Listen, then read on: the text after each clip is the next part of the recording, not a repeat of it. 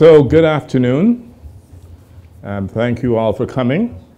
My name is Carl Cadogan, and I'm the chair of the London Black History Coordinating Committee, and we are pleased to be at Innovation Works for the second time in the last few years. For those of you who are not familiar with this location, this site, this building, Innovation Works is a kind of shared space facility. It really brings the charitable nonprofit sector together with the business community. There are meeting rooms that you can use. There are desks and rooms that you can use if you're looking for an office space.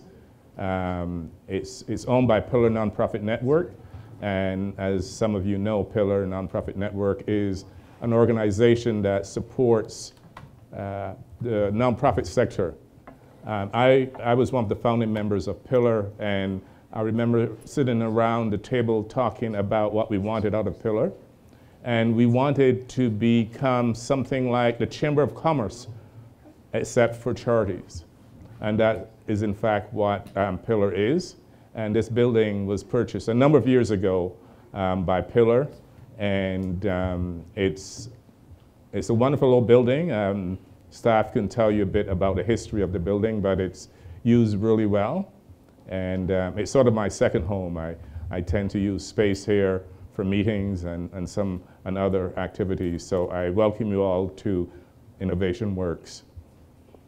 We have a wonderful panel for you to meet today, and their bios are part of the invitation and part of the Eventbrite package that you saw, but I'll give them each 1 minute to say a bit about themselves before I get into the questions. So why don't I start with you, Christopher? Hi, sorry, I've recently come down with a cold, so excuse my voice. My name is Chris Uwagboe. I'm a judge of the Ontario Court of Justice.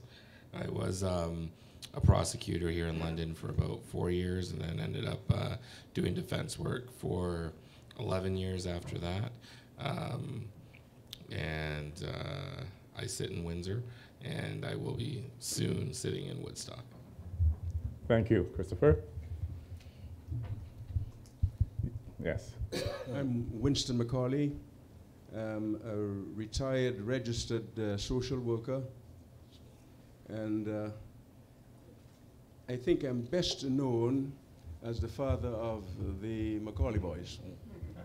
And the last time someone said that, I said, if it hadn't been for me, there wouldn't be any McAuley boys. Yeah.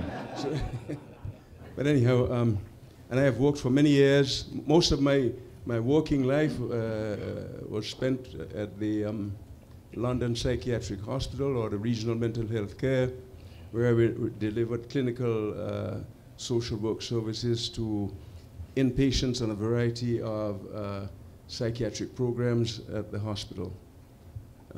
I think more will become evident as we go through the discussions for the evening, so I'll leave it at that for the moment. Thank you, sir. Thanks, Mr. My name's Dwayne Price. I'm a police officer with London Police Service. I'm an inspector there. I am the first black officer to attain the rank of senior administration or senior leadership there. I've been a police officer for 28 years. When you say started from the bottom, now you're here, that was kind of my experience. I was a member of the PEACE program, Police Ethnic and Cultural Exchange Program, back in 1995. And then I did a co-op through Regina Mundi High School. Then I got hired as a cadet. And then from a cadet to a constable to sergeant, and and continued up. So I started when I was 19 years old. So, and I walked the halls of that place when I was 18. So I really grew up with London Police. And, that having the worlds collide between being a black man and a police officer has been evident in my life throughout my career. And I'm hoping by doing things like this, we continue to push the relationship further ahead. You got one. You mic'd up, girl. Hey, I got one. you don't want to give me a mic because I'll just sit here and talk all day. Here, take this back, Mr. McAuley. My name is Janessa. I'm 17 years old. I'm a grade 12 student at Catholic Central High School. Similar to Inspector Price, I did a today version of Peace program, which is the Yippee program, where I was able to do a summer paid internship with the London Police, which was just an amazing experience. I'm a part of student council, yearbook. I do as many clubs as I get. I love being involved with my school community. I started going to the London District Catholic School Board last year in Black History Month to talk about what I think about it, and Leroy saw me and invited me to say a speech at the opening ceremony of the Black History Month, and that got me here. Hi everyone, I'm Nicole Kaniki. I'm an equity, diversity, and inclusion consultant here out of London, Ontario. I previously worked as the Director of Equity, Diversity, and Inclusion in Research and Innovation at the University of Toronto. And then I was also a Special Advisor on Anti-Racism to the President at Western University for a stint. In my work, I support organizations in embedding, implementing, and developing EDI strategies. I've been a Londoner now for 14 years, actually 15 years this year as well. A lot of diasporic experiences, originally born and raised in Cape Town, South Africa, and then lived in the US as well for 8 years.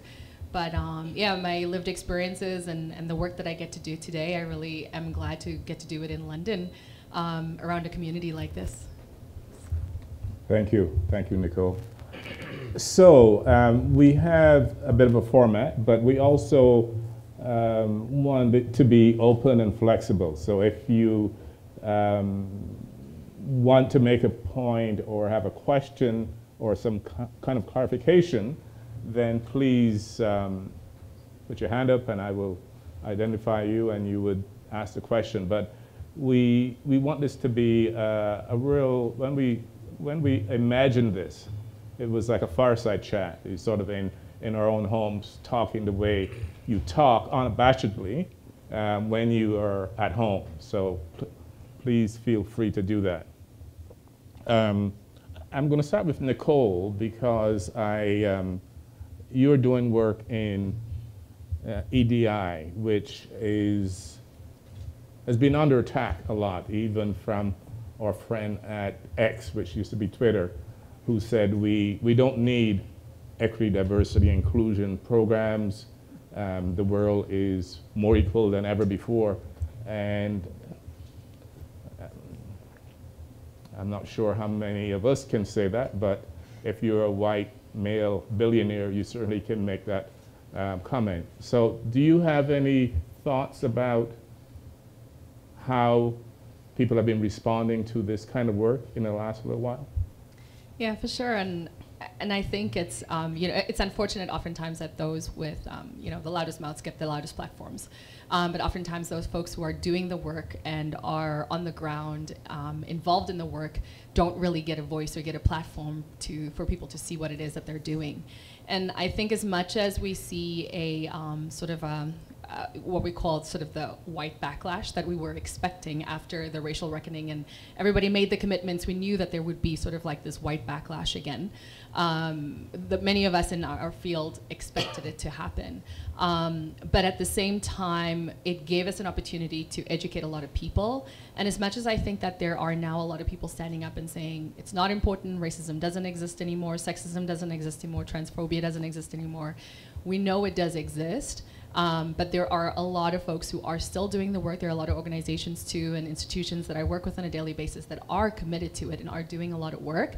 I think we don't talk about that part of it. I think a lot of folks who are getting the platforms to kind of speak loudly against it just happens to be those that we happen to hear on things like Twitter and so on.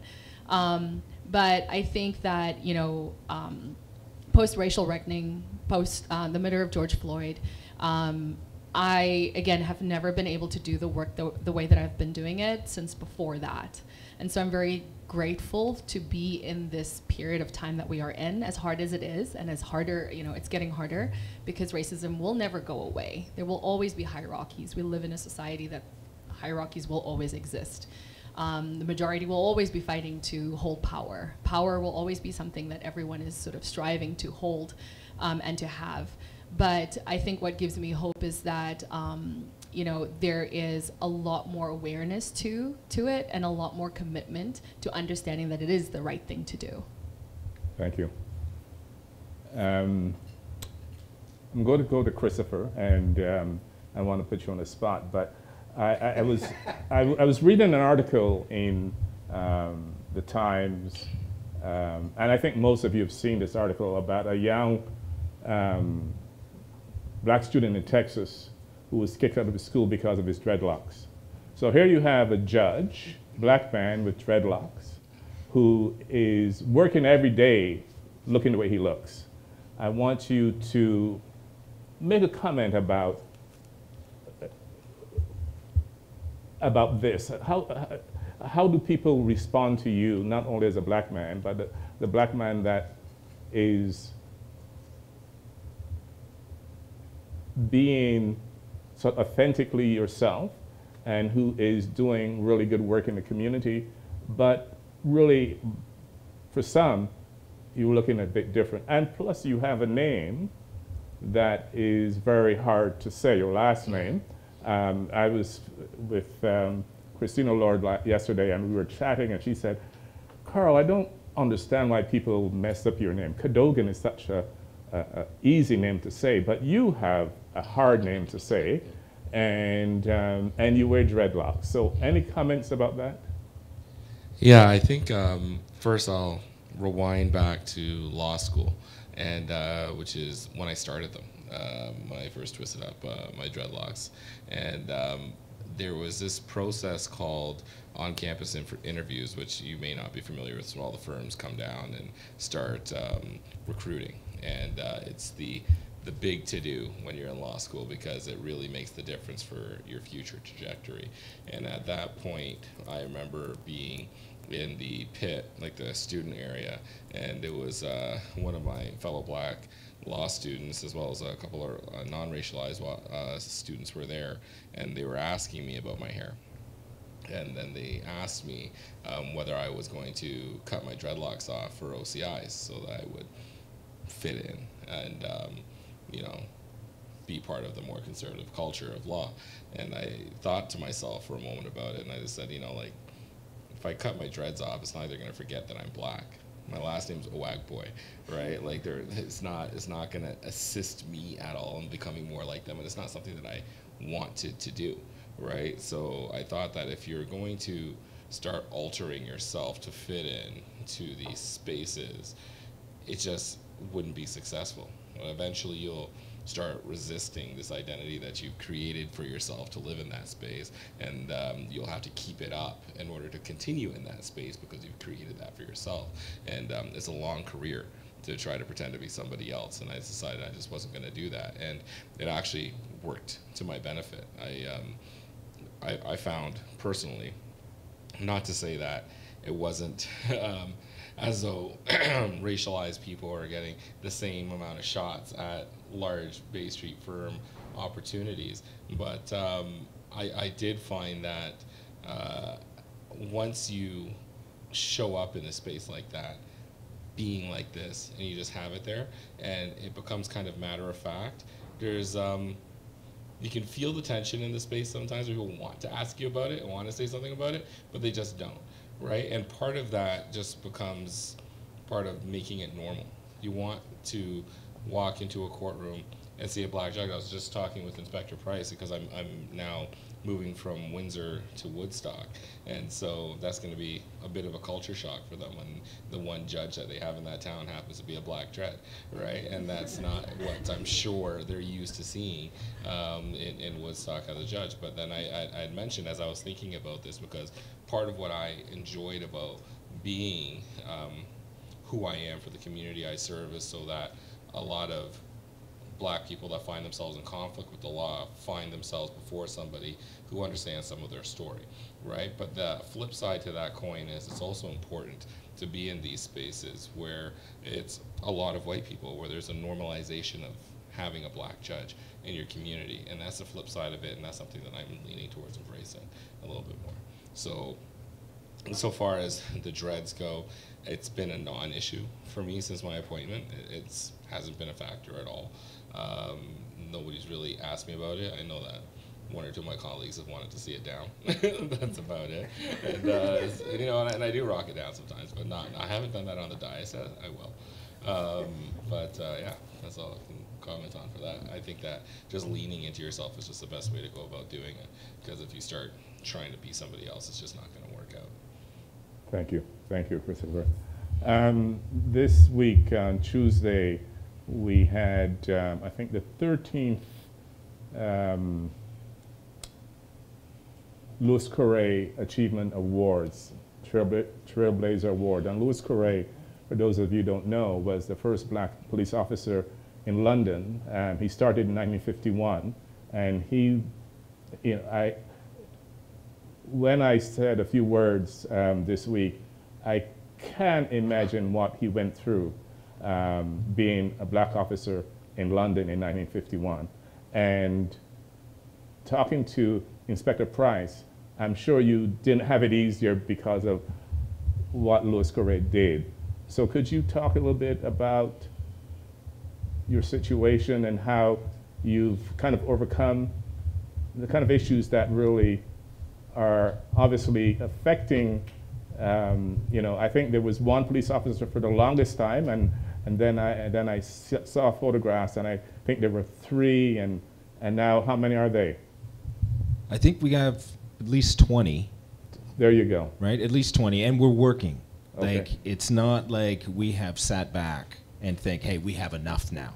That's what it used to feel like. It used to feel like, oh, we have enough. We had 3, that's good enough. We don't want this spreading. And, you know, that's what it felt like early on. So to talk about, you know, I'll talk a little bit about the issues early on in my career. And a lot of it was just around ignorance. It wasn't that I was dealing with officers that were going out on the street and intentionally treating black people different than white people, but just through some of the comments that were being said, you know, there was definitely ignorance of our people, and that in some cases that there's even a struggle.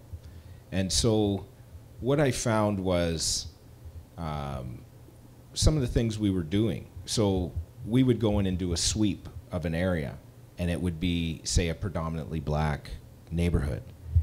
And while we're patting ourselves on the back at the end of it for a job well done, because we did arrest some criminals out of it, I thought, what is the damage that we've done to this community? Because we didn't go in with a scalpel.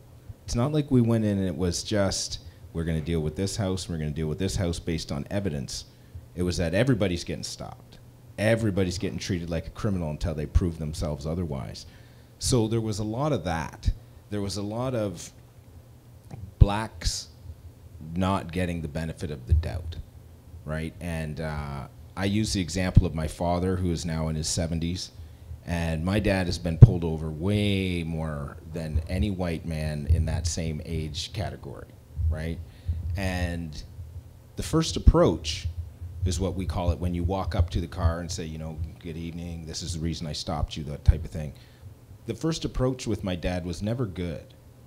And I thought, this is a grown man that has never been in trouble with the law for anything, has raised kids, has been a great person in the community, and you can't even find it in you to give him respect in a first approach.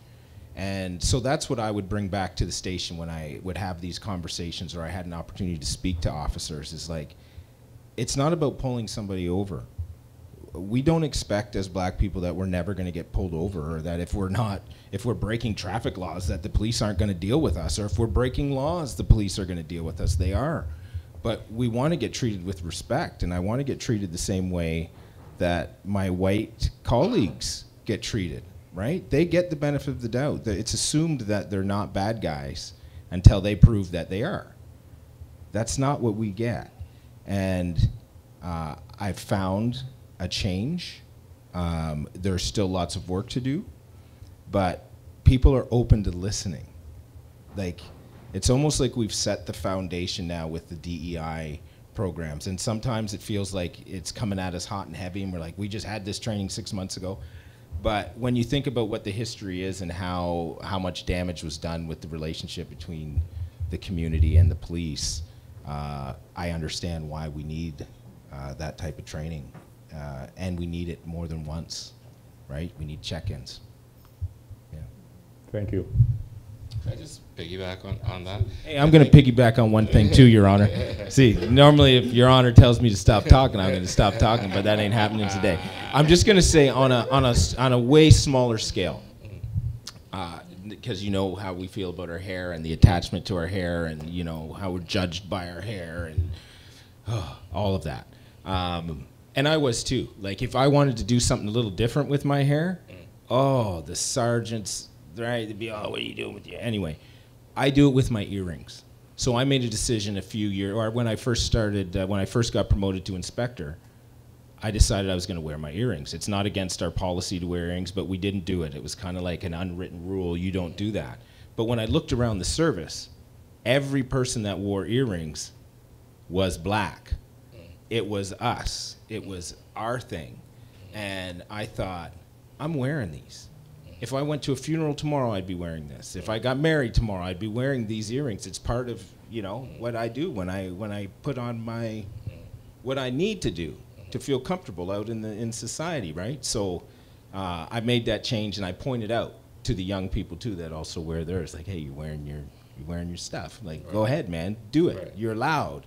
And we felt it, like, I'm glad you had the confidence to do it, because we didn't know for Chris. Like, we didn't know. We're like, how's it gonna go with this hair, man? Is it gonna be all right? Like, is he gonna be able to get jobs? Is he gonna be treated accordingly, or, right? But you did it. Yeah. You did it. Good for you. Yeah, sometimes you just gotta force yourself in, right? Yeah. And just piggybacking what you're saying about getting stopped, I remember being a prosecutor on a contract in a town that wasn't London, and I would get stopped weekly coming into work, and it just became routine, right? So just, you know, what you're saying about not getting expected to be stopped, I was expecting to be stopped every day. You know, I got this old school big body Mercedes. It's like a 1998, a couple of rust spots on it, but I love the way it rode, right? And I drove it in, and so I was just like, what's this guy doing every time I came into town? And so I got stopped quite a bit, and I mentioned to one of my colleagues that this had been going on, not in an upset way, just, you know, why I was so tight to my court when I got in there. And then they were shocked by how many times I had been stopped. It was one of my white colleagues. And then the next day I came in, they directed me to the Crown's office, and there's a chief of police sitting there. And I had this meeting, and they were all like, you know, this shouldn't be happening. And I was like, because I was just ready to live with it at that point, right? Because I was like, I'm on contract. This is what we deal with. I don't want to go against the grain, but I get stopped quite a bit, you know, but that's, you know, I have my criminal code out on my seat, you know, as I drove into town. And it's funny, it stopped right after that meeting, stopped. I wasn't pulled over again, and it made me think a lot about power, right, and position and privilege, because the fact that I was a Crown in that jurisdiction and this was happening to me was the issue, right? Not so much that I was being profiled as a black person, getting stopped every time I was in the community. And so it's important to have officers like yourself in those spaces changing that narrative and having some introspection into why we're doing the things that we're doing as officers. And so I really appreciate you providing that to the London Police. Thank you. I'm just going to say real quick, Carl, and cut me off. It's okay. It's one thing that I do, and I bring back to the station, and it's a story of being at your wedding. And I looked around the room, and I see these young brothers, and they're all looking good, right? Everybody's dressed fly. They got bling on. They got all this stuff, and I thought, these are young, successful black men. And to the police officers, if there was police officers here, they would be drug dealers. Suspected drug dealers. And I make a point to bring that up when I have conversations, like, you see drug dealer, I see success, right? Like, because we like to wear certain fashions or do those, you know, certain things like that, it's important for them to know, right? Like, We're not all drug dealers because we wear bling, and that's why I want to try to change it, right? That you can, you know, wear and be you, be authentic, right? But that's it. Next time you profile somebody with some dreadlocks, it might be a judge. Right? So, mind yourself. I had the opportunity to see this just before Christmas, the McAuley boys performing for the first time in a long, long time. And then Winston came out and sang a song, and my wife said, "He's better than they are." But what I said to Winston, and I've always said, is that you raise black men in this city, and it couldn't have been easy for you. Could you kind of reflect on that and make any comments about the kind of things that you instilled in them about how to survive in this community? And I know that George is here. Yes. So he changes things a little bit. If he weren't here, I would be able to talk a little freer. Anyhow, before I get to that question, I just want to do one thing. I just envy those guys with the dreads. My 4 sons have dreads, and I never had dreads when I was growing up. In fact, I couldn't. But right now, I guess it's because they took my dreads. But I wish I could, you know, cultivate some dreads. So you ask about raising those kids, and what exactly you would like to address? Yeah. Well, you know, it's I know my mother always says that, you know, her kids are good. They have never been arrested. They haven't been in trouble, and she feels good about that. And I grew up in Ottawa, and it was not easy for my folks. I know that, and I think that parents should sort of pat themselves on the back for the good job that they've done. Yeah. And I think you're one of those people, and Rita, your wife, have done an amazing job. You know, it can be said that raising kids is challenging, but I would think that raising black boys in a white society is a little bit more challenging. Yes.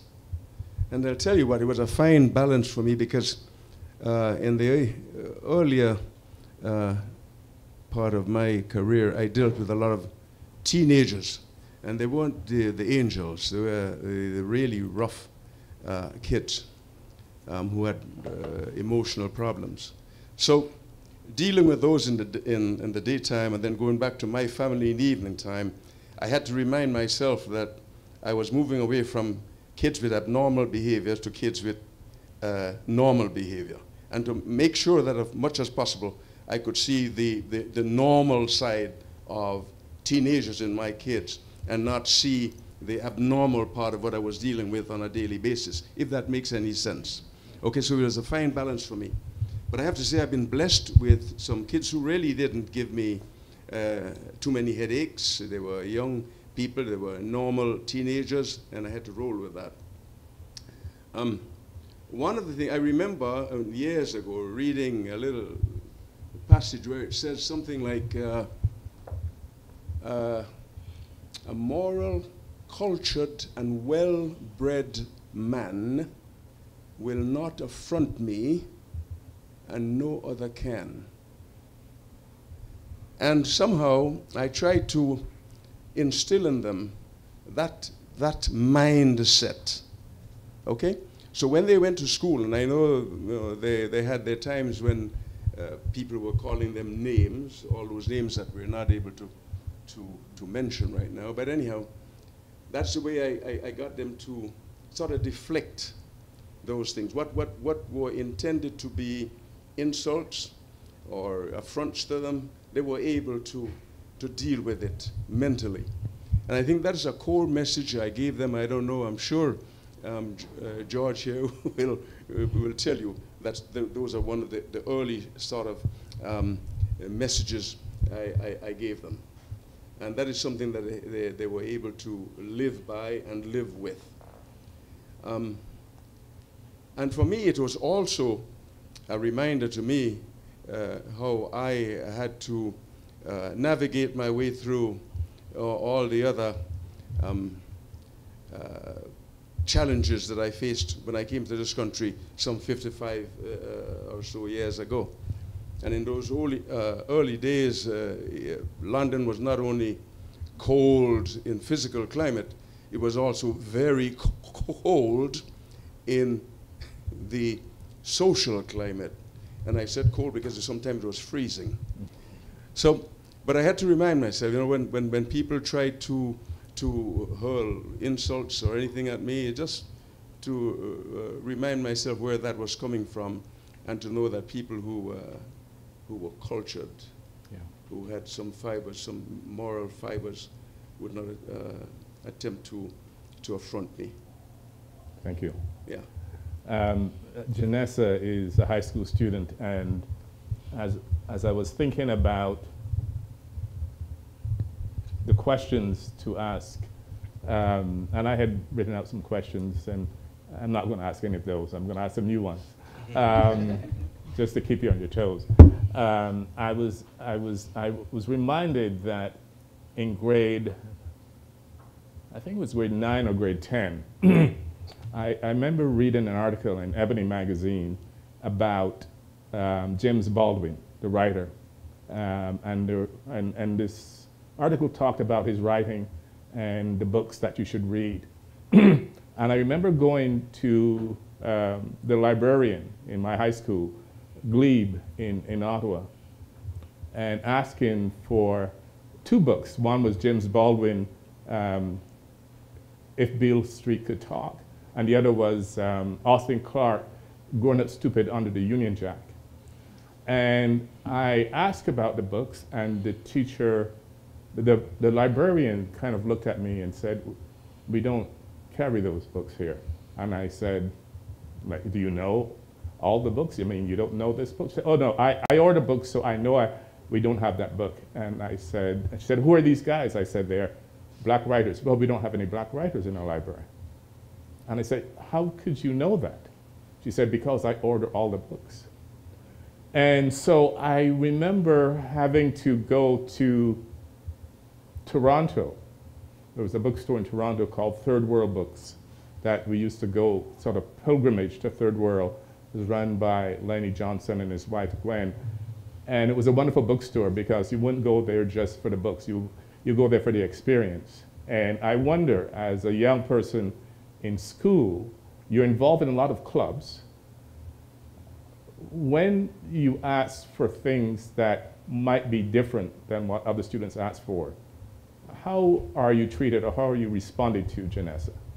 Really, really good question. I do want to touch on books more specifically because a year ago today, actually, I did a panel at the London District Catholic School Board where I was asked a question about the material that we read in our English classes and if there is any black writers that we get to have assignments on or even tests on. And it always came back to one book, which was Left to Tell by Immaculée, about the Rwandan genocide. I am Rwandan myself, so this book was very repetitive, and I wanted something different. I wanted to learn about other cultures, not just my own and, you know, white culture. So I spoke about how I feel that we need to implement a lot more books that are written by black people about black people, instead of reading about books that are written for white people, about fantasy, where we can actually learn something very useful. Even if there isn't enough black people in that class, everyone deserves a chance to be educated on the situation. And I realized that even though I've been searching for an answer, nobody else could give it to me but myself. So at that meeting last year, I met an amazing woman. Her name is Pastor Sandy Thomas, and she has a community center just across the street from my school where there is a black library. In that community center, she built it herself. I was able to do a field trip with black students in my school, and we walked over, we did a little cookout, And we did a tour of her community center where she houses people that do not have places to go. And in exchange of a place to stay, she gives them jobs. She has a whole library dedicated to Black students who, if you want to go, you can go and learn about your culture. Or even if you don't want to learn anything, have a nice storybook to tell your nieces or your kids. So that's how I started doing that. I've also started talking to my teachers more about implementing these important books.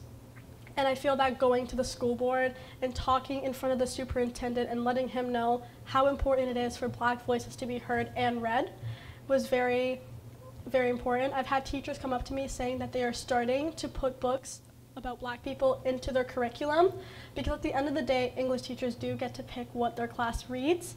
So I see no problem in picking something that is diverse for everybody. Thank you. Let me also ask a question. It's a general question, I guess, and all of you can ask, but I think last week the province of Ontario announced that they're going to, starting next year, 2025, they're going to add Black history to the curriculum, grades 7, 8, and 10. I got a call from CBC asking me what I thought about that. And what I said was that it's long in coming. I think people have been asking for this for years and years and years. But at the same time, my hope is that they would talk to the community about this, because it's not just, putting together a curriculum in a vacuum, because there are things that are important to us, and there's history that's makes a lot of sense to the community, not only if you've been here for 5 generations or you just came here last year. There's important history in Ontario, and we have to do a really good job to make sure this curriculum makes sense. So given what the province has said, the Premier and the Minister of Education, would you have any suggestions to them about how they could make Black history interesting for not just Black kids, but kids of all stripes, basically? I'm going to start off. I know that in elementary school, we didn't really do Black History Month. We'd go to the library and sit down, read one book, and that would be where everyone looks back at me and give me a stare like they're mad at me because we're learning about my history. But as I entered high school, I felt that I have connected with a lot more other Black students where we were able to create an assembly for all students to learn about Black History Month, whether they're white, Latino, Black, like it's for everybody to understand why this month is important, why we celebrate it. So I would suggest doing that a lot more often, not just one specific assembly, but assemblies also teaching about more than just the Black activists that we know. We all know Rosa Parks. We all know Martin Luther King, and they are very important voices, but we need to expand our horizon and start talking about more Black people that people don't know, that you may say a name and someone says, what? Because I know many students that don't know who Viola Desmond is, when she plays a very important role in our society to shape our world. So I feel that we need to start educating just past the basic. We need to skip over the bare minimum and try so these students can have an education and an understanding of other people, which can create a working environment that is safe for everybody. Thank you. I can add to that too. I think one of the most important things is going to be, we know too that when information is power, but it also depends who holds that information in their hands. And so narratives are so easily manipulated as well. If the person who is bringing forward that information or bringing forward that narrative doesn't fully understand what it is that they are teaching. And so that's one of my biggest hesitancy with what's happening. I think it's super exciting. It's finally, I've had 2 boys as well kind of going through the school system here in London. And I think it's great we're adding it to the curriculum, but there is still a danger to do harm if the teachers themselves who are teaching it, because we know there's not enough Black teachers in our city to teach these courses and to teach this information. So the question is, who is going to be teaching it? And how are they going to carry this narrative? Because we know narratives of Black people have also historically been used to present us at a deficit. And so I'm hoping that those who are going to be teaching this new curriculum will understand that they need to present it in a way that empowers Black people, and that does not speak to us as a deficit, that you know, speaks to Black excellence, not just slavery, you know, and not just slavery, but rather enslaved. You know, that's presenting that narrative as to what it actually was. And so I think that would be my biggest word of advice as this is now being implemented, is that the folks who are taking this on, which we know will mostly be individuals who don't identify as Black, that they take it on with real cultural humility to understand that they are presenting narratives that are not their own, and that they need to be well versed, well educated, and have a full understanding and reflection of their power and privilege in holding that information that they will now be sharing with students. And so, you know, I'm just really hoping that the way that it's sort of rolled out, that that is really considered as well, and how those teachers are being educated in presenting this information to students within the curriculum as well. Thank you. Just touch on one more thing. Oh yeah, go ahead. I'm so sorry. You had just mentioned Black teachers, which brought me to like a light bulb in my head that in all 17 years of life, I've never had a Black teacher, which I just think is insane. At my school, the last Black teacher that I remember being talked about is George McAuley at CCH when he taught biology. But other than that, sorry, math. I've been lied to. But other than that, I have never seen a Black teacher roam the halls. I've never had a Black teacher. And I actually had a conversation with a friend of mine during the summer when I was working with the police, saying that he's only had one Black teacher, and it was a fitness teacher, and he said that it was the best teacher he had ever had because he felt so passionate about his work. So knowing that I've never been able to connect to a teacher was like, I was at a loss of words because I'm almost done. I have 2 more months, and I'm not gonna have another Black teacher in high school. So I did talk to the diversity, the person in charge of diversity at the London School Board, Mr. Panetta, and he had explained to me how it is a problem and that it needs to be fixed and that they're trying to work to fix it. But I feel that we need to, as a community, highlight how important it is for students to get representation in schools so they do not have to feel singled out during class, especially when learning about Black history, because it is important. Thank you, thank you. And George is now a vice principal, right? Or your principal, vice principal. Yes, so he's not teaching anymore. You had a comment? Go ahead. Yeah, I had a brief comment just on how to roll out this new curriculum. I would think it's important that they not only pay homage to Black History Month and teach in Black History Month. I know my kids, Black History Month happens and they come home with all the names, right? Here's all I learned about this person, and then you don't, right? Then it's over.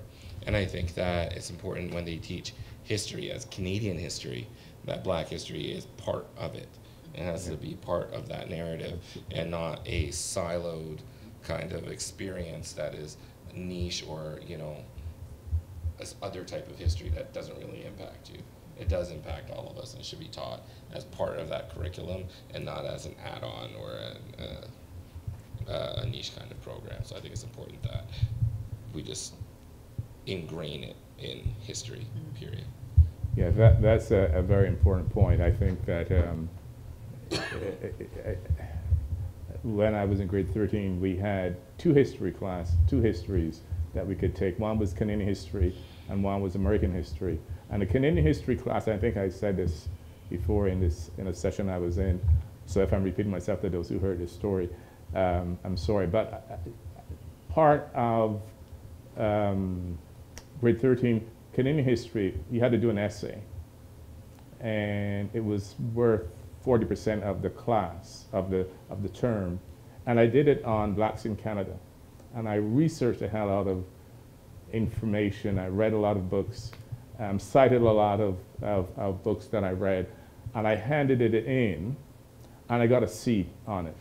And I got a C because the teacher told me that although I had footnotes and cited references, he felt that these stories I told and these people that I mentioned were American because he never heard of them, and he taught grade 13 history. he taught grade 13 history. And he believed, I think he truly believed that I was making things up because he just didn't know anything. And this was a Canadian history class. And so we have a long way to go. That was a few years ago. My hope is that things have changed a bit, but from what I hear sometimes from students, it's not changed a great deal. Dwayne? I just want to pretty much agree with like, you said what I was feeling, just way more eloquently. That was great. And my concern is the same thing. It's, I think it's good, right? This is a good thing. But how much do the people that are teaching it believe in it? And how much knowledge do they have and understanding do they have of the curriculum? And do they understand the damage that can be done by doing it wrong? And I think back to my days in school, and I think about, you know, of course, slavery was being taught, and I'm 6th generation Canadian. My family escaped through the Underground Railroad. My father's side set up in the Chatham-Dresden area. My mother's side escaped up the East Coast and settled in Nova Scotia. And when I think back to how we were taught at the young ages, it was more embarrassing than it was anything else. They would depict these Africans in such a way that it almost looked like slavery might have been doing them a favor in some way. The way that slaves that had escaped were talked about, it was, you know, the fleeing and almost the, you know, the running away.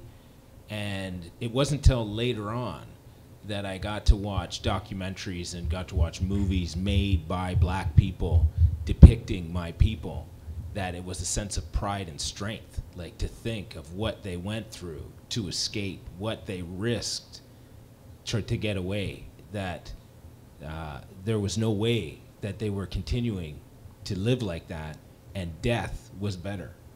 And, you know, if I had had a teacher connect with me through that, at that stage, you know, what would that have opened up for me, right? Earlier on, that confidence and that sense of pride.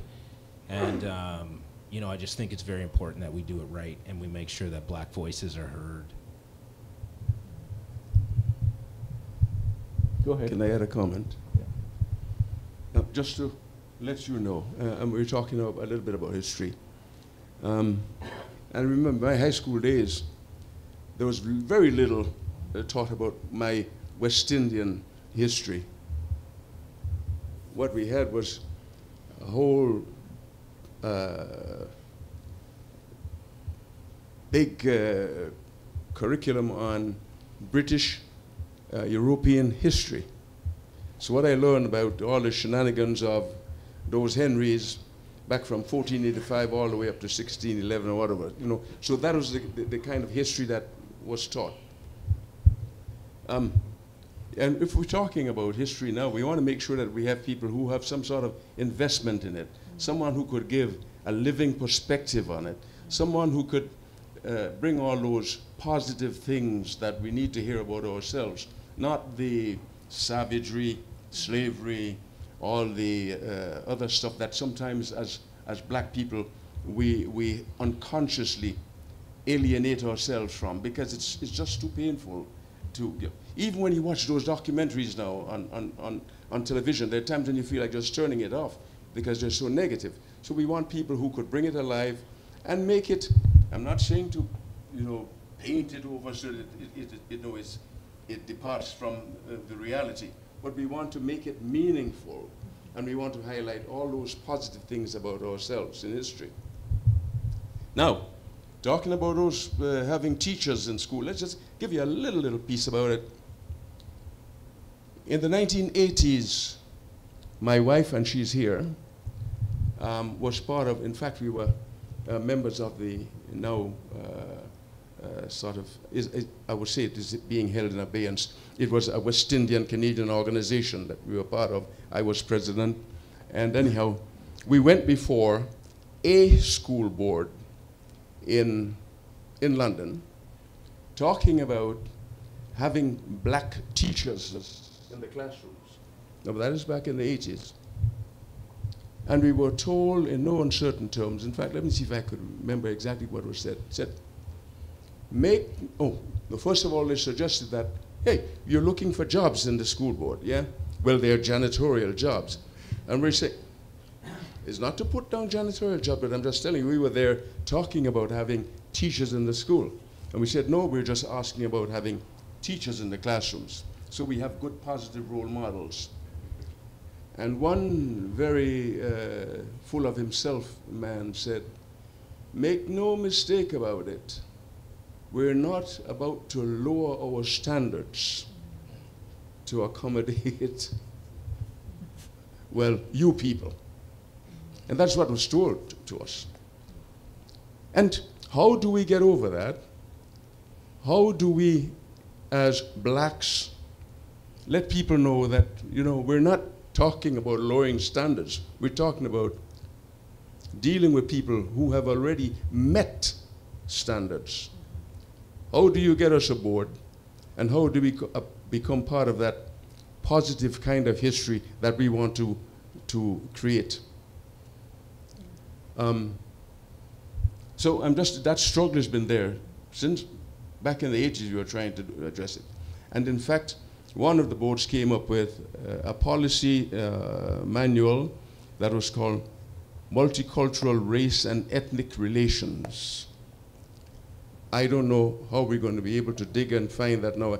I've been trying for a long time now to see if I can track this thing. I have not been able to find a copy of that document. Anyhow, that's just something I wanted to add to let you know that this struggle has been ongoing, and we have to put our heads together now as blacks and as non-whites, because there are many of us who are not truly blacks, but anyhow, how can we face these challenges and overcome them? It is part of the history, or the living history, that blacks should be talking about. Yeah. Thank you, Winston. Did I see a hand up over here? Did I see somebody? No. Okay. Any comments? Any more comments? Okay. Behind you, there's a question. Oh. Yeah. Go ahead. Just wondering about your experience as a high school student and your teacher not believing your sources. Did he ever check any of the sources himself? Or think about About 14 or 15 years ago, the last high school I went to in Ottawa had a reunion. And my wife and I went to Ottawa, and she didn't really want to go because she's seen all these stories and movies with high school reunions being really strange. And she really didn't want to go. But we went anyway, and it was a 3-day event. And we stayed the first day. But this doesn't answer your question directly, but it's sort of indicative of what happened to me in high school. We were sitting around a group of us who were in grade 13 together, and I think we went to, it was 40 years, we're talking about 40 years ago, and we're sitting around talking, and one of the students who was in my class, she said, out of just a discussion, said, Carl, I want to apologize to you. And I said, what about? She said, there was a theater arts club in my high school. And I joined the theater arts club because I liked acting. And I tried out every year, grade 12 and grade 13, the 2 years I stayed in that high school. I auditioned for like 10 parts, and I got nothing. And the teacher always said, well, this is not a part for a Negro. And this lady, Beth, said to me, we knew what was happening with you in grade 13, and I feel bad that no one ever said anything. We allowed the teacher, he was racist, and we allowed him to get away with it. And I want to apologize to you 40 years later about what happened to you in high school. I say that only to say the teacher in grade 13 that taught history, he didn't give a shit, really. He didn't. And a lot of teachers really didn't in terms of the issues we're talking about. They were comfortable in what they were doing. They believed in what they were doing. They believed they were right. And if you challenged them, you were a bit of a shit disturber. So I think it was always a challenge to kind of do things that you already sort of set yourself as like, you know, in grade, up to grade 11, I was one of 2 black kids in a school of 1,300. And in grade 12 and 13, there were probably about half dozen of us. And it was a challenge. And you just did your work, you did what you had to do. I didn't keep my head down, but I tried not to have it blown away, basically. So I'm not sure if that answers your question, but it's one of those realities you had to deal with. So thank you for the question anyway.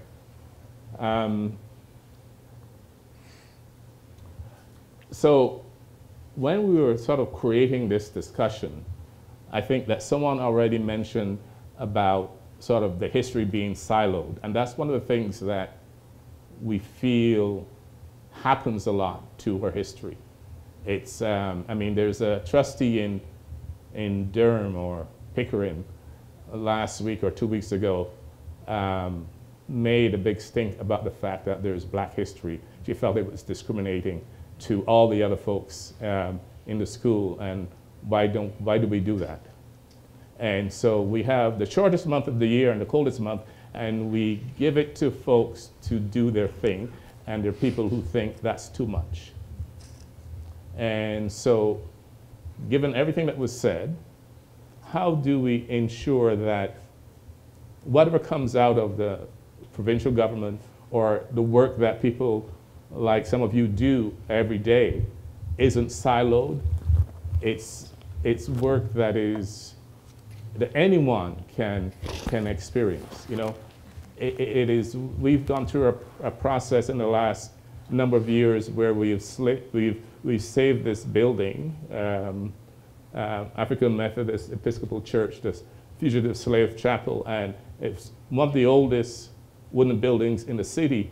It's not just about it was built by escaped Africans who came to London, but it's the oldest, one of the oldest wooden buildings in London, not just about black history, it's about London history. And I think that the reason that people gather around and try to save that building for so many years was that historians recognized that it was important, architects recognized that it was an important building to save.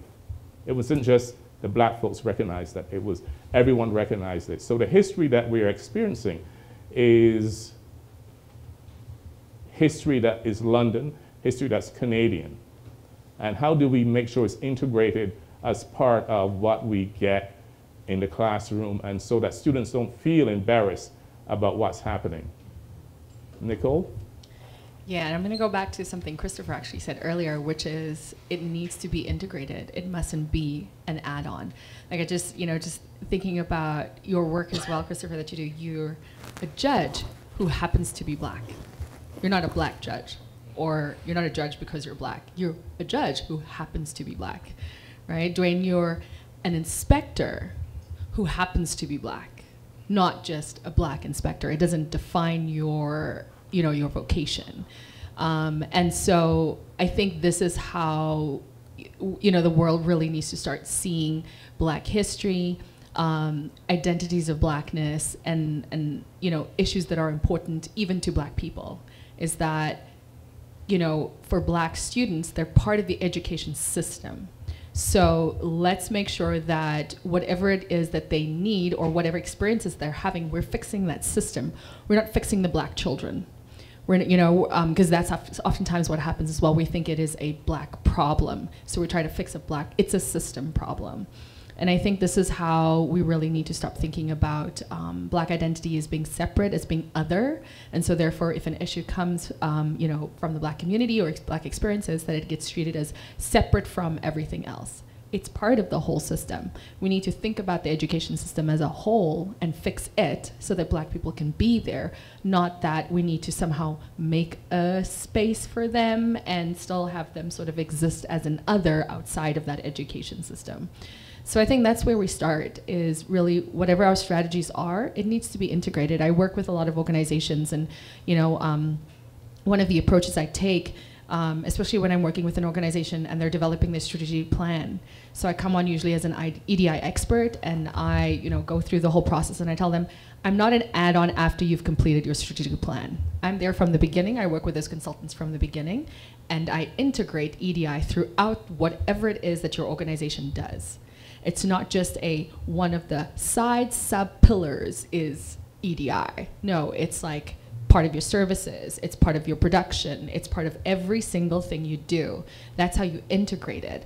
And so it's not an add-on. And so we really need to be thinking about black inclusion, black excellence as being part of all excellence, as being part of inclusion of the organization as a whole, rather than it being a side that we got to add on to it.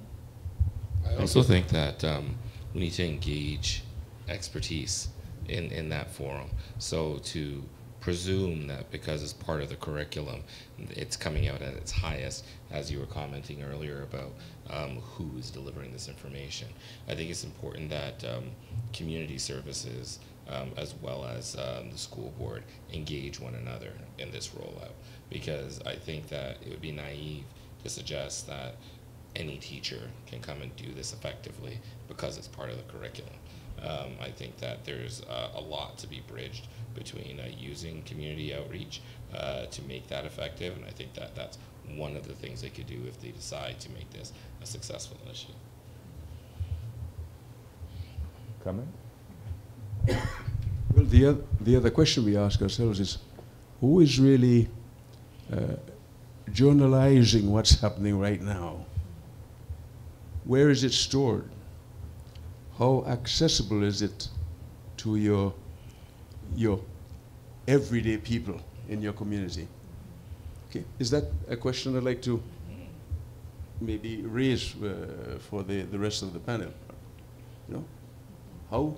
And if you think of the history that we've been reading, the people who wrote those things, for the greater part, had a vested interest in what they recorded. Those were the people with power. And those are the people who gave us the history from their perspective. How can we ensure that the history that we're creating now is documented by people who have some sort of vested interest in telling the truth and in passing on the positive parts of those histories that we are creating? Is that a... Yeah, no, that's very important, Winston. And I know that over the last couple of years, the little bit of work that we do at London Black History Coordinating Committee, I was one of those people sort of concerned about losing the history of the work that we've done. We organize events, we do forum, we do this stuff that we do. And sometimes people don't know that stuff has happened.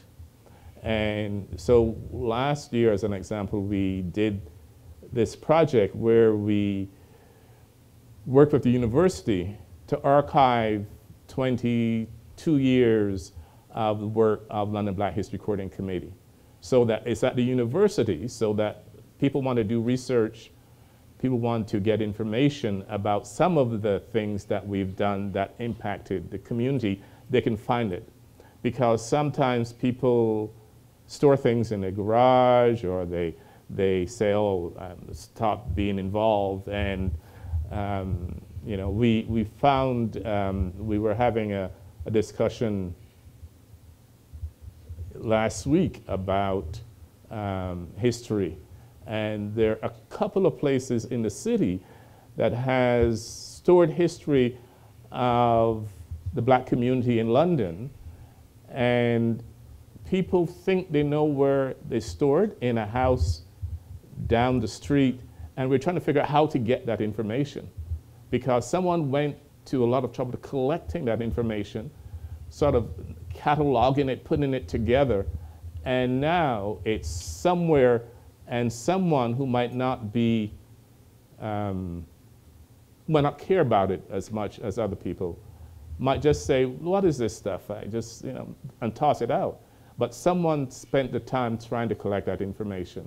And so I say that only to say that we have to do more about ensuring that the history that we're making now is passed on to those folks like Janessa and some of the younger people here, because we just don't do a good a job as we should in capturing all that information and then making sure that people know where it is sitting. We stored a lot of our information at London Public Library, and every year I would go to make sure it was still there, and the librarian changed, and we wanted to make sure we didn't lose it, because it was our information and it was important to us. And we have to do that, and we have to find a way, because we're all volunteers. We're not like, we don't have a infrastructure and a staff that go and do that work. It's volunteers that do that work, and we have to make sure that it's still there for us, and so we can share it with folks who are coming up. And so that's an important point, but it's also a challenge for us, Winston. If I can add to that as well, this is where I think this responsibility really lies on our academic institutions as well, right? Because they are the keepers of federal funding that they get to do this work that you're talking about right now, that that black scholars are doing without pay, like the committee too, you all are volunteers, you're community members, there's scholars sitting there, at academic institutions right now, still doing work on the 1700s art of Roman Empire. I mean, not that there's anything wrong with that, but how much investment have the academic institutions made in supporting, the collection of Black history, especially in a Canadian context, and then helping to develop those curriculums. I happened to be on the website just a few days ago to look at just some courses that a local institution has, and looking at there was a course, I think it's Black Pop Culture and Black Identity was the name of the course. And I was like, very interesting, something I'd really like to look into. Taught by a South Asian woman, right? I don't know, but I would think that someone that rather looks like us would know a little bit better about how Black pop culture, implications for our identities and Black identity. So, again, comes to the point of who's teaching it. But I think there really needs to be a push for federal government, more federal government funding into this. Money is power. Ivory Tower is power of information. They hold so much of it as well. And I think that there's just so much more that needs to be done, where academic institutions need to be more responsible in supporting community, in providing those supports and services to the community to gather that information, to protect that information, and to bring it together for us. It's done for other histories, why not ours? Thank you. So do you have a comment, Winston? Since you asked the question, you have a perspective? Perhaps the time is right for us to get after our politicians at all different levels to fund, so we get beyond this voluntary stuff, where people are just, as you say, put things in the garage and we get back to, no. That's too much of a casual treatment of a very important part of our existence. So how can we get our politicians to get serious about this and put some money where their mouths are. And we talk, let me just go back again to this whole business. It plagues me sometimes when I think about it. This whole business about teaching kids or getting Black history in school from 7 to 8 or whatever it is, that's much too late. We have to go earlier than that. And we have to get the necessary funding in place to have those resource places in the schools, to have resource places in the libraries, in our public libraries, not where you just go every year to make sure that things are up to date, but to make sure that we have designated areas well marked out so that they're accessible to community. So we need money, we need funding at all those levels. So how do we mobilize those funds? And how do we get after our politicians to make sure that they're not just window dressing when they talk about getting people into schools or whatever? Just let's get money rolling. Yeah. How do we do it? Yeah, thank you. And before you say something, Janessa, I wanted to say that it was really good at the Louis Correa Award this week, and Inspector Price was the MC and did a great job. But the Correa family has, I'm not sure if they've hired a historian or just someone who's helping them pull the history. Louis Correa also kept diaries about his experience as a London police officer. Can you imagine that? A guy, a black man, he kept this diary about things that happened to him. And there's a historian trying to pull that information together so that it's not lost. And so it's something that we can teach, we can share, other people get to see that. And I think that's an amazing thing that's happening. And it's great to see that. But if I wasn't at that event on Tuesday, I wouldn't have known that that was in fact the case.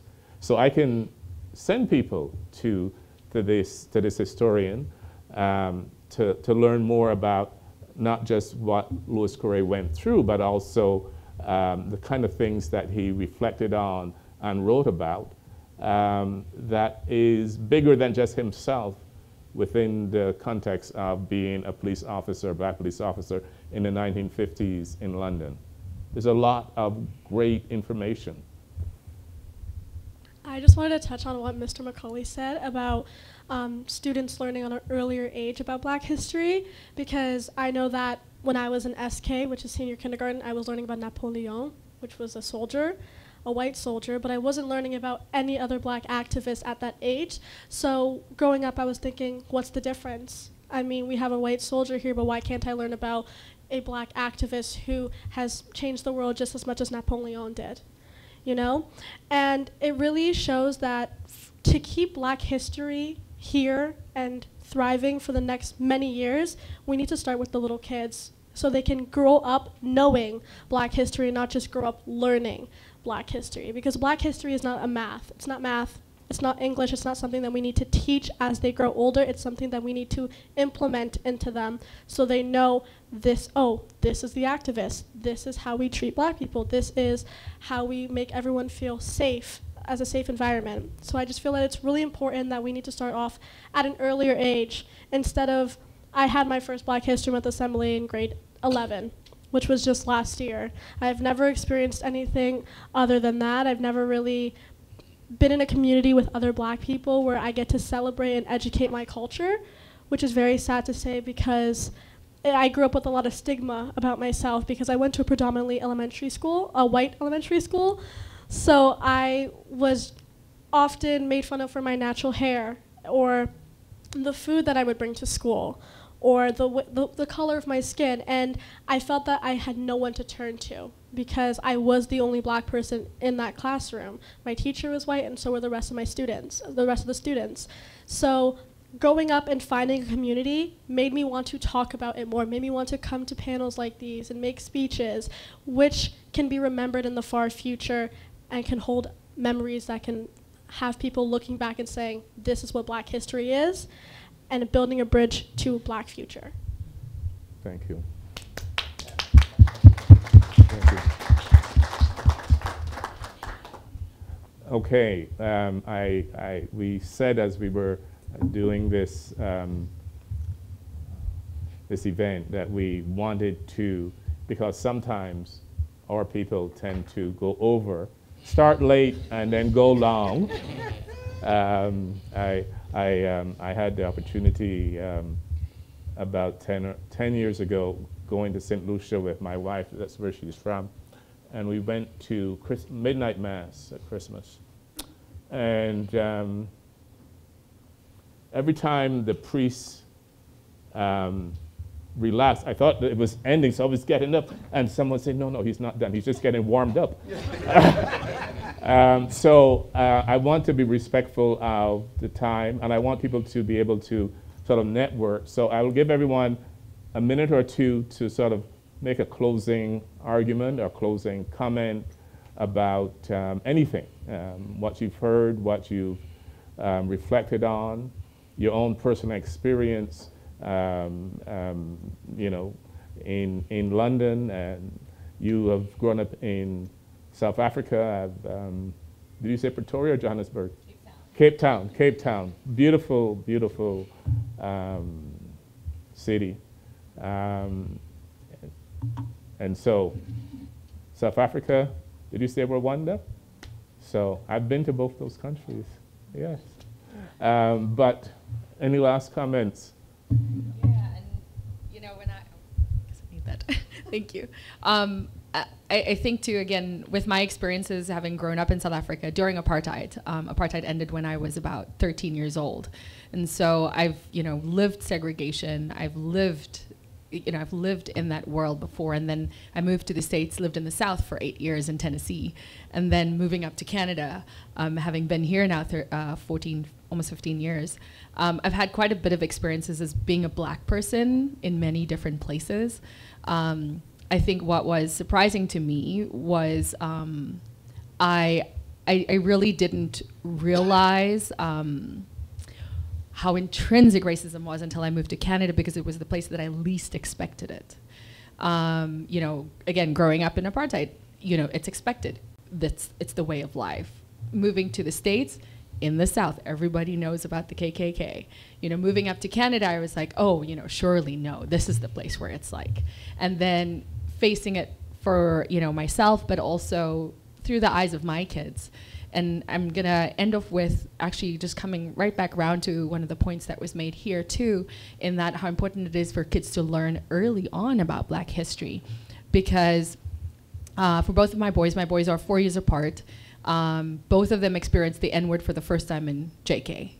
And so the first one experienced it in JK, you know, came home and told me how he was called the N-word and mud skin and poop skin, you know, all those things that kind of come with it that they experience. And that was shocking.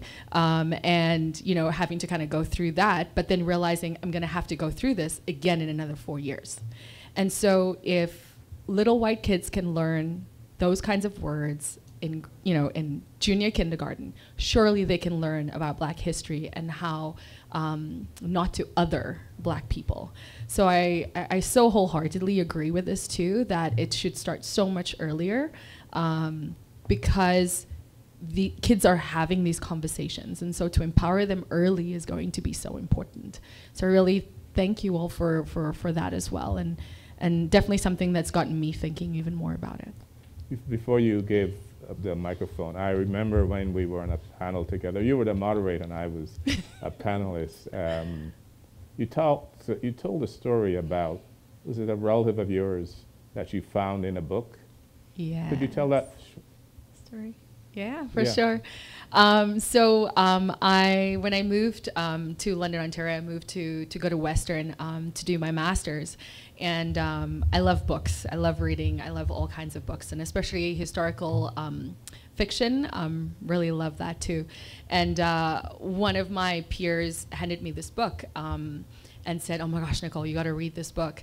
And it was The Book of Negroes by Lawrence Hill. And I'd never come across it before. And so I was reading this book, and it's one of those books, you know, you read until 4 a.m. You cannot put this book down. And what was fun for me to read was the story of this slave that was taken from Africa, brought to North America, you know, worked plantation, escaped the plantation, joined the British, and then went, you know, came up north to Canada, went to Nova Scotia, and the Book of Negroes is in Nova Scotia, and then it went back to Africa. What was interesting for me was that it was such a familiar story. And I couldn't understand why it was such a familiar story. And growing up again in South Africa, our histories are so lost as people. It was really erased for us. And, you know, we were never really told what our heritage was. And I'm, you know, I guess, you know, in South African terms, I am mixed race. We have a term for it in South Africa called colored. So all of my life, I'd actually never been called black because black is indigenous black. I'm married to an indigenous black man from Africa, from the Congo, but I am of mixed heritage. And so we were, in segregation in South Africa, we were placed into 3 races just like that. So there was black indigenous people that lived in there and went to school and, you know, kind of lived in their areas, and then colored people lived in their areas. We were sort of all mixed. The idea was that we were actually descendants of slaves and the masters. And because we would speak the master's language, we couldn't sort of integrate back into indigenous black culture. So they sort of kept us separate in that way. So we had this really strange in-between. And then there were white people. So that's how South Africa was segregated. And I'd heard a lot about, you know, oral histories just through my mom, through my grandfather, and through my great-grandmother, who lived to be an amazing age of 97. And she would tell stories for, you know, many, many years. And I would listen to them as a child, but, you know, you hear them, but you don't really fully pay attention. But I didn't realize I was listening. And it was interesting because as I was reading Lawrence Hill's book, it was just so familiar to me. And then right there at the end was my four times great-grandfather's name came up in the book. And I just dropped the book. I could not believe his name was right there in the book. And then I did a little bit more research, and Lawrence Hill had actually based a lot of this story on his life. And his name was Henry Peters. And he was a black loyalist, and he was taken from Africa as a slave, brought to North America, and actually made his way all the way back to Africa, which is how I then got to be born in Africa as a descendant of his. And so actually his name was John Thomas Peters. Henry Peters was my great-grandfather, who was his grandson. And so the Peters name had gone all the way from him to my mother. So her maiden name, my mom is Susan Peters, and her father was John Peters. And then, and so the name was kind of carried all the way down as well. And so I was able to kind of track and kind of find this out as well. But I did not know that until I moved to Canada and someone handed me this book, and I read up on this history. And it sparked such a, it made me realize who I was. It brought to me, again, being, like I said, of descendant of both European, and I have some East Asian descendants, heritage as well, and then being of African heritage. When you're sort of all that mixes, you don't really know who you are sometimes. And so too, with that, growing up in South Africa and having your history completely erased, you don't realize, like, there's something missing until you find out what that is. And that's what I found out when I found who my ancestor was, and that he had essentially made the same trip that I've made now, you know, from Africa to the US and up to Canada.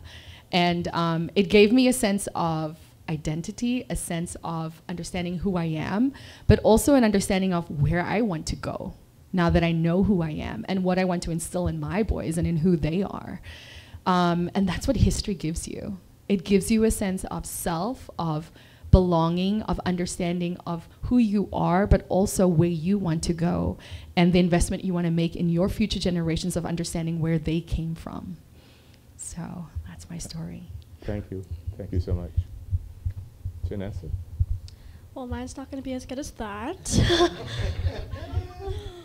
But for my closing statement, I just want to say I'm a first-generation immigrant. My whole family is from Rwanda. My parents were born there, and my 3 siblings, 2 sisters and a brother, were born there as well. So I felt that growing up I had a little bit of a different experience as them, only because when they came here, they still had a cultural connection to Rwanda whilst I was born here.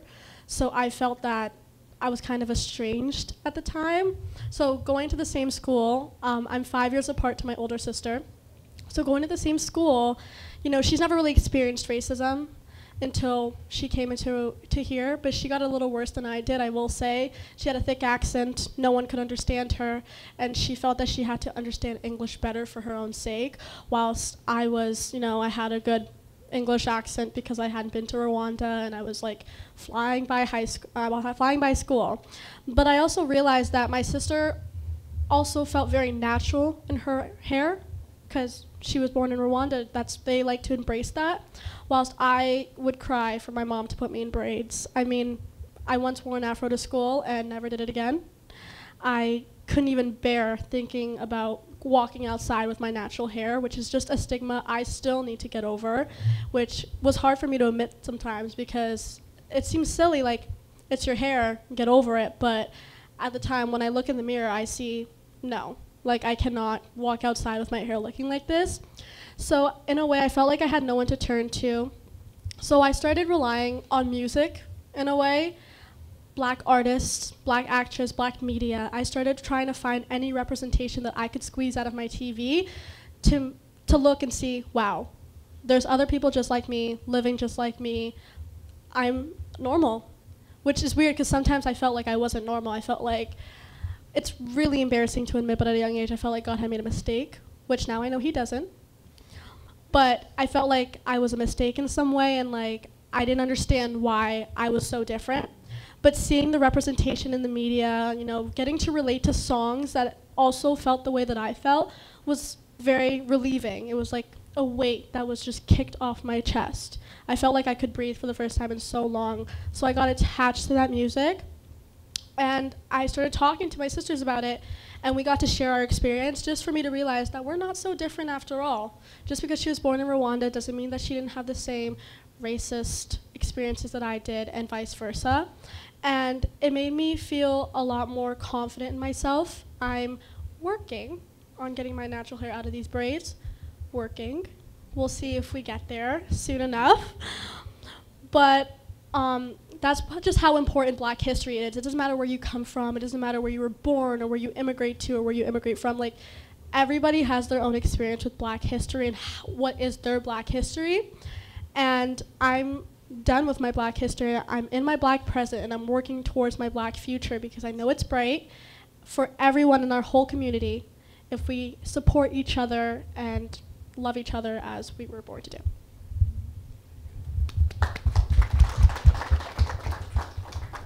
Okay, I'm going to try not to go all over the place here, but I might hit a few topics. So you're saying that you kind of found your identity, like, it filled my heart to hear it because I don't have mine, right? And I've been searching for it, just like, and for you to find it the way you did, like, amazing, amazing. And I go back, so when I go back to my family tree, as far back as we can go back to slave masters. So my last name, Price, is the last name of a slave master. My mom is a Clements. It's the last name of a slave master. We can go back to my mom's history and to North Carolina, and as far back as we can go is my great-great-great-great-grandfather who was born from a slave master and a slave. And so when you want to feel that pride in your name and your history, you know, I just don't quite got it. And there's so much more I wish I knew. And I've come to accept that most likely I'm never going to know. But I am searching as well for my identity. What is my true identity? What are my African roots? And it's tough.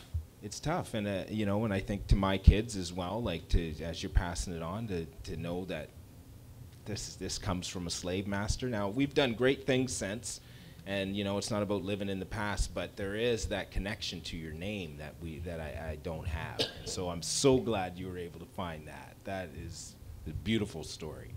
The other thing I'm going to just touch on real quickly is the importance, and I don't want to harp on the school boards here, but the importance to see yourself represented in the leadership in the classroom is huge, and I don't know if our boards are giving it the attention that it deserves.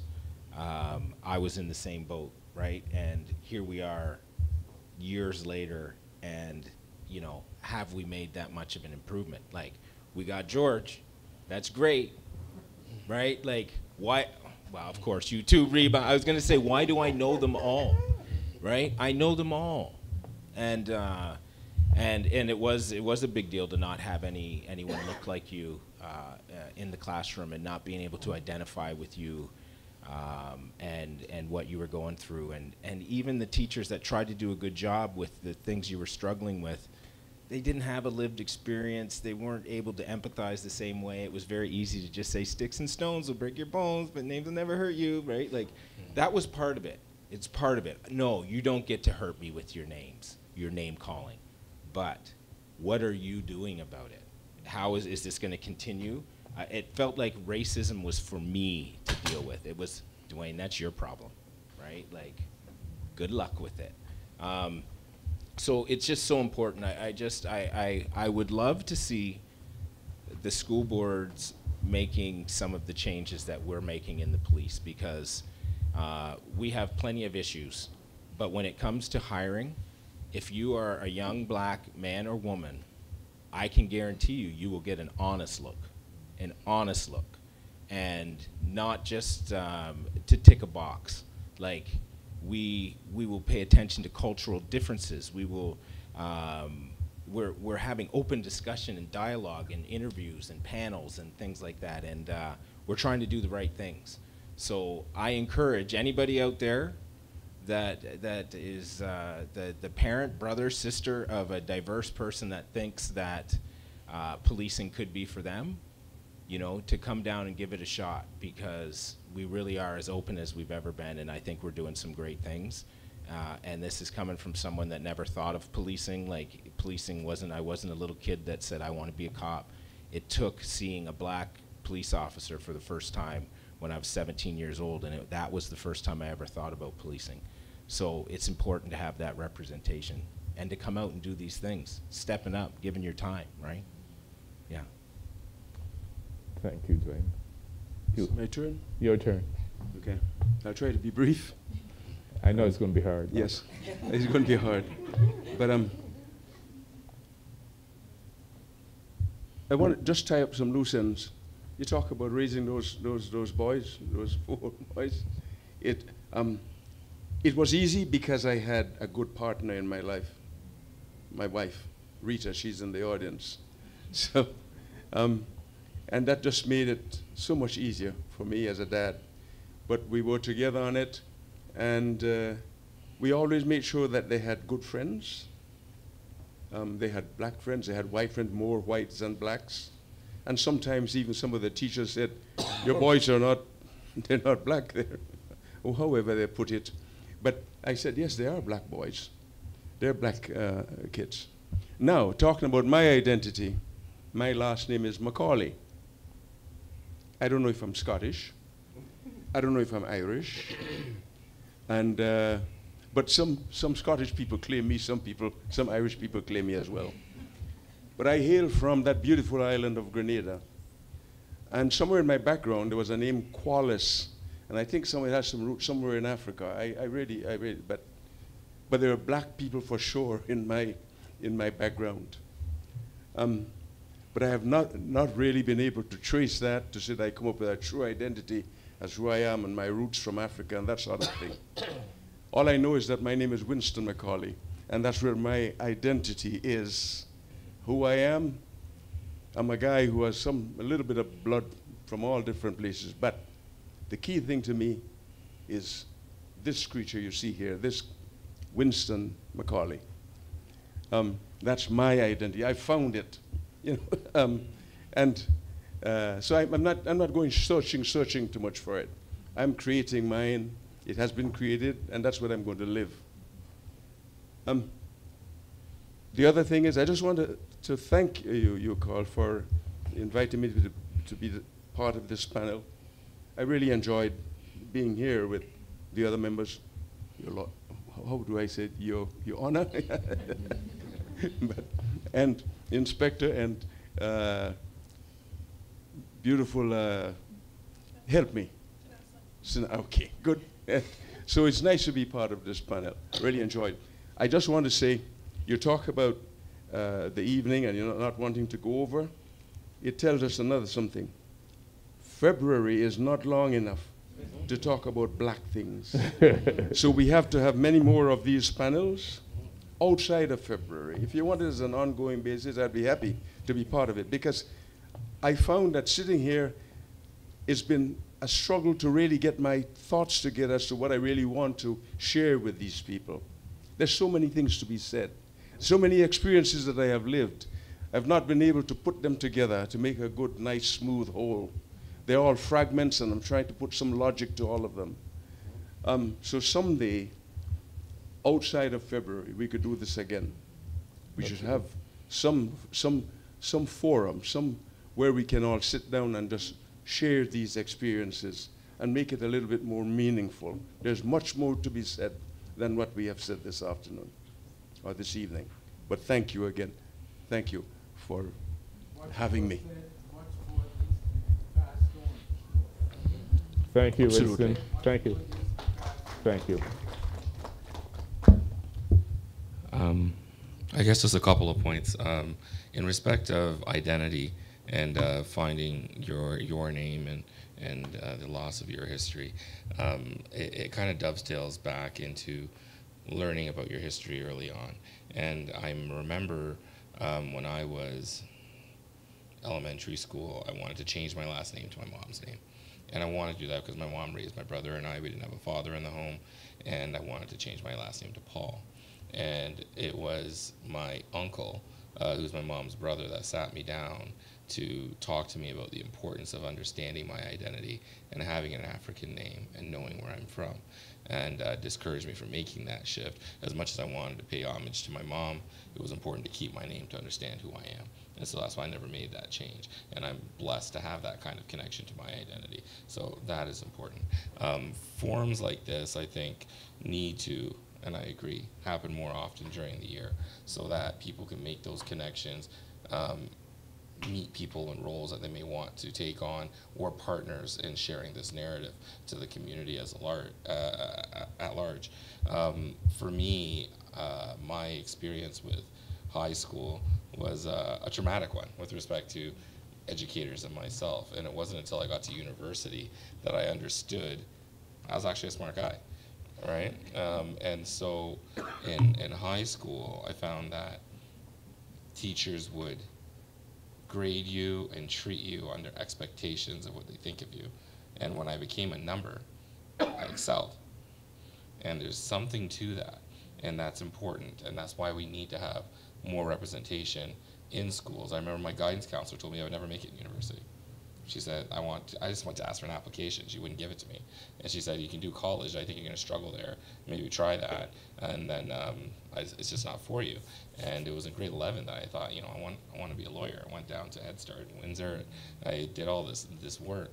And she was blocking me. It was actually my football coach and another teacher at the school that assisted me in the process so that could be part of my story. There's so many other students that ran into those circumstances that aren't living their dream right now as a result of what was happening there. And so it's so important that in these forums where you have an inspector, you have, you know, vice principals, all of that in these spaces where people can see themselves in these roles. I didn't know a black lawyer until I got to law school. I never met one. All right, I didn't meet a black judge until I was the president of the Black Law Students Association of Canada. We had the national exec down there.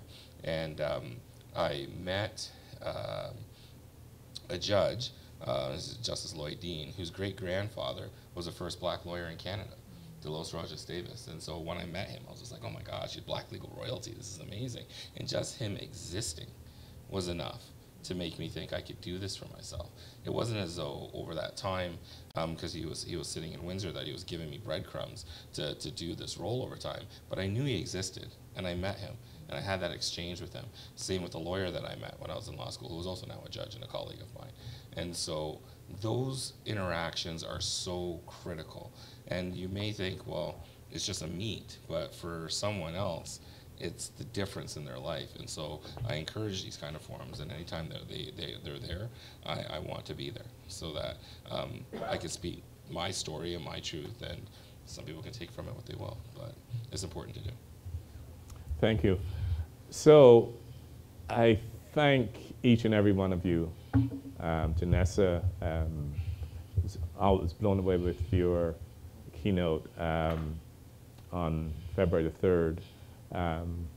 Nicole, I met you a couple of years ago, and we'll pass across a couple of times. The work you've done with a couple of organizations I'm involved in is great. Inspector, you know, it's very good to see, as you said, you know, I think about 3 years ago, I got a call from the deputy chief who wanted to come to one of our committee meetings. It was after George Floyd and all this stuff was happening. And he wanted to see if we were still willing to participate with the London Police Services on the Louis Correa Awards.